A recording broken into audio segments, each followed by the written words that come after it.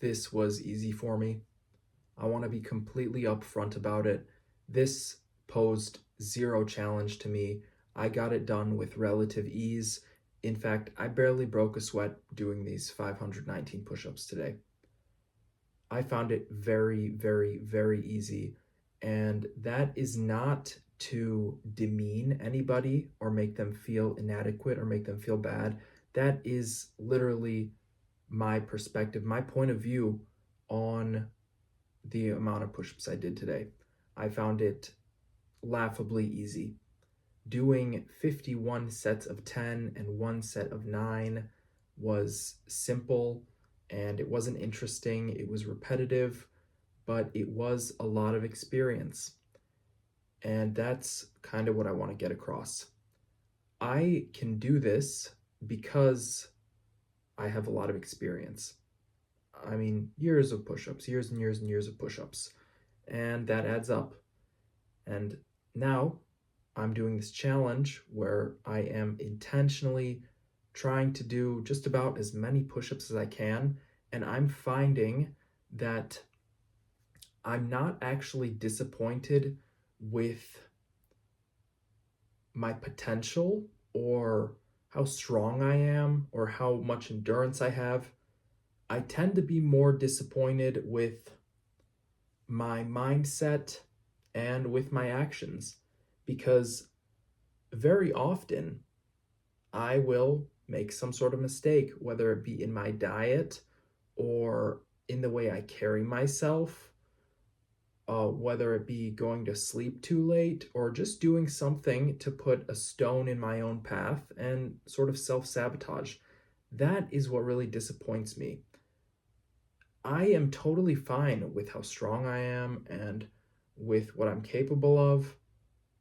And it's interesting to me that this is something that I consider easy because most people, if you ask them, could you even do 500 push ups? They would likely say, I can't even do a single one. That's at least here in the United States. And that is a strange reality to be in, where I'm actually living very differently than other people. And you should too. You shouldn't accept what's average. And you shouldn't accept giving off the image of being average because the people around you will reflect that. And it goes for just about anything. If you give off the image of being wealthy and happy and fulfilled and bright, you will brighten up the day of others. And you can't do this to everybody, but you can sure change a lot by changing yourself. That's one thing that the Stoics taught us.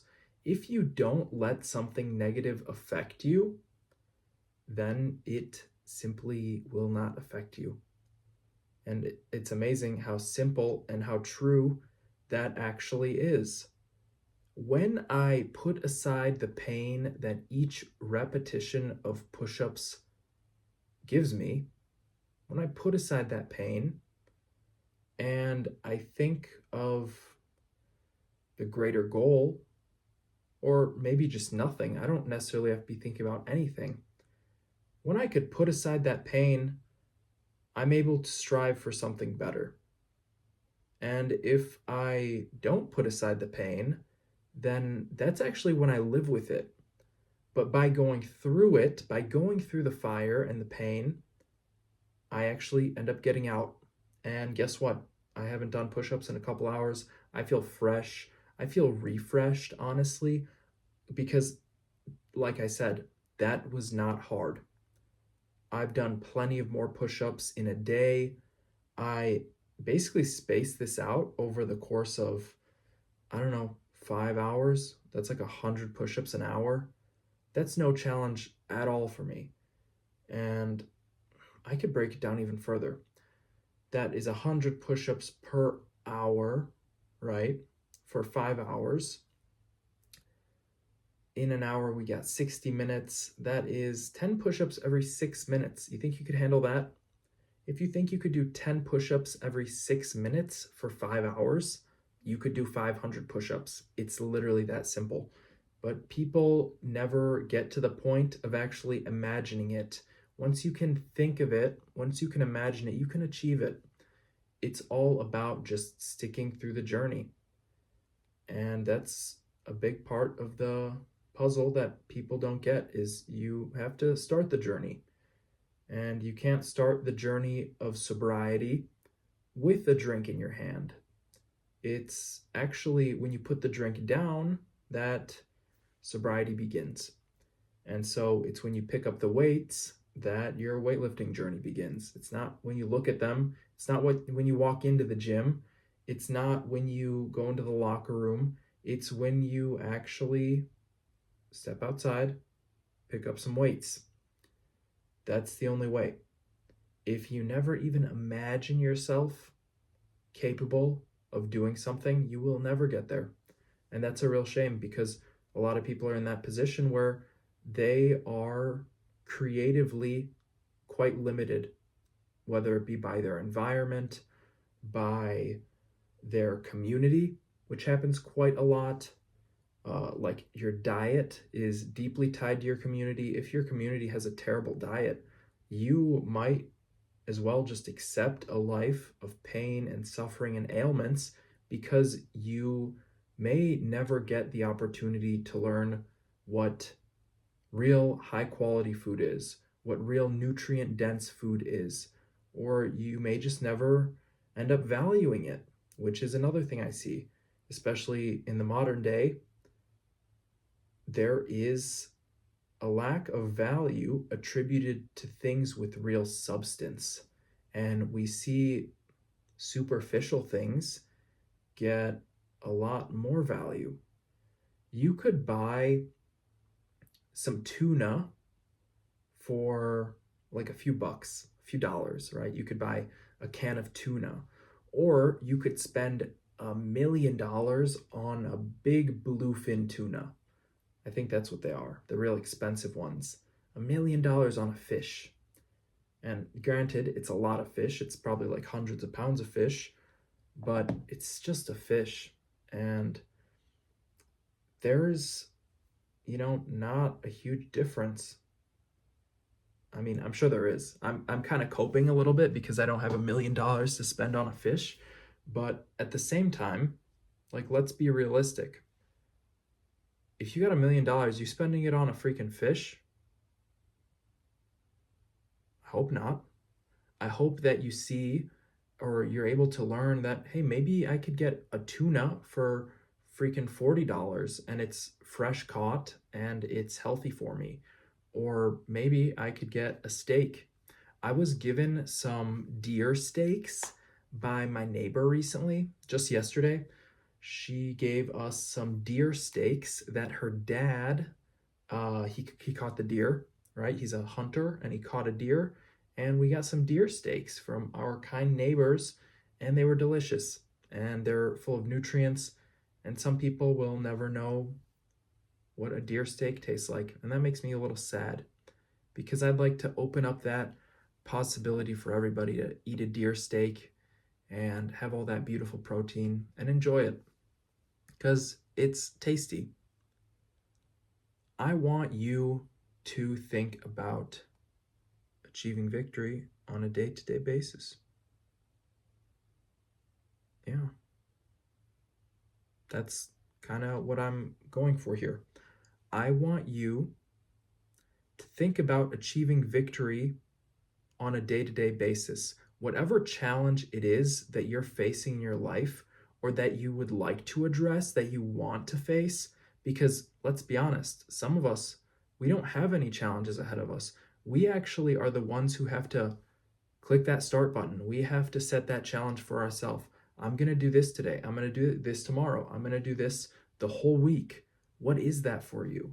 And you probably already know. I can't tell you what you want to do, but you should at least know that what you want to do deserves to be pursued, especially when you understand and you believe that this is a challenge worthy of your undertaking, that the sacrifice in order to achieve this goal will be gift enough. I think about this a lot. There's a word in English that we use quite often, especially if you're religious. They say bless you, bless. And one thing I've heard people say is bless stands for be less. And it's actually the opposite. So when you say bless, it's actually like hexing someone, like putting harm on them. And I don't really necessarily believe that. I heard that and I thought be less. Bless you. Be less you. If you are sick, I want you to be less sick. And so if you sneeze, I'll say bless you because I want you to be less, sick. That part of you that is maybe not congruent with what I think is best for you, I want you to be less of that. And I think that's almost a beautiful way of looking at it. Life is beautiful. If you are disgusting and awful and you've committed malicious crimes, I forgive you.